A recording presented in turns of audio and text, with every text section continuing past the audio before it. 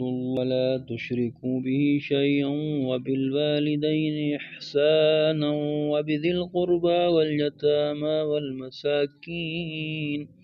والجار ذي القربى والجار الجنب والصاحب بالجنب وابن السبيل وما ملكت أيمانكم إن الله لا يحب من كان مختالا فخورا الذين يبخلون ويأمرون الناس بالبخل ويكتمون ما آتاهم الله من فضله وأعتدنا للكافرين عذابا مهينا